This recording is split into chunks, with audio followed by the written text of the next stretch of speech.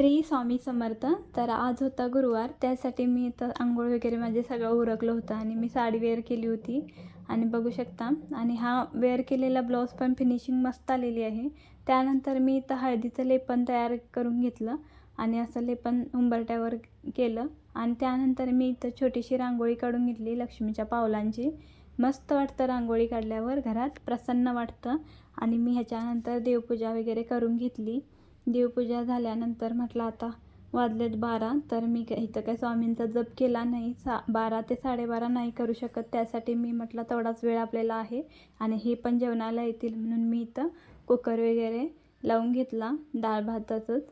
कारण भाकरी वगैरे सकाळचीच होती, त्यासाठी मी तसं साधंच आपलं डाळ भात लावला होता. आणि असं मी आता डाळ भात बनवला होता, म्हटलं तर तोंडी लावायला काहीतरी पाहिजे म्हटलं आणि असे वेपर्स बनवून घेतले, तळून घेतले. आणि इथं हे घरी बनवलेलेच आहेत वेपर, बघू शकता तुम्ही, छान झालेले आहेत. त्याच्यानंतर हे अचानक आल्याने जेवण वगैरे झालं, तर म्हटले मठामध्ये जाऊया चला, म्हणून मी तयार झाले. आणि इथं बघू शकता चाललो होतो आम्ही मठामध्ये स्वामींच्या.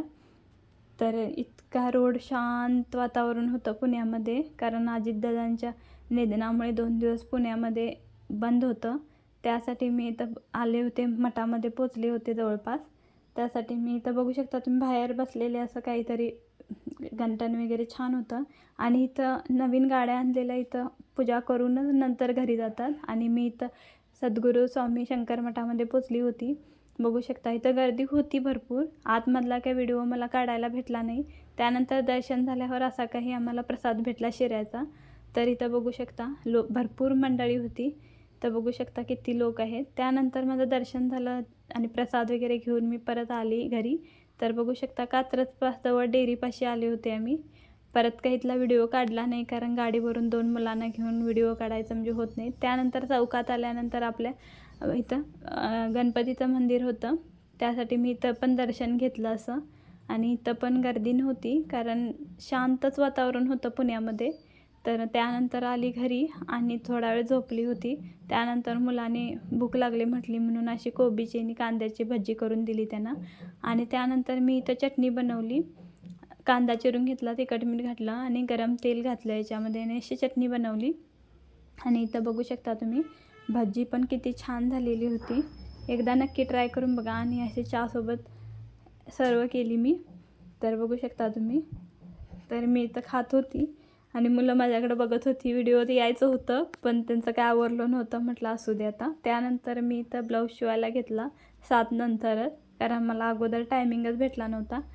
आणि म्हटलं इथं शिवून घ्यायचा ब्लाऊज, अर्जंट होता द्यायचा म्हणून मी असा शिवून घेतला. बघू शकता तुम्ही. आणि फिनिशिंग वगैरे मस्त आलेली आहे. बघू शकता गळ्याची किती छान फिनिशिंग आलेली आहे. आणि ह्याला वरून लेस तेवढीच लावलेली आहे मी, बाकी काही नाही, काहीच नाही केलं. आणि रात्री जेवण वगैरे उरकल्यानंतर मी हुक लुक्स केलं याला आणि असा ब्लाऊज तयार झाला होता. तर कसा वाटला व्हिडिओ आजचा नक्की सांगा आणि माझ्या चॅनलला लाईक, सबस्क्राईब आणि शेअर करा. तर माझ्या चेहऱ्याकडे बघून तुम्ही ओळखतच असाल की मी दिवसभर किती दगदग झाली होती माझी. बघू शकता तुम्ही. Bye bye.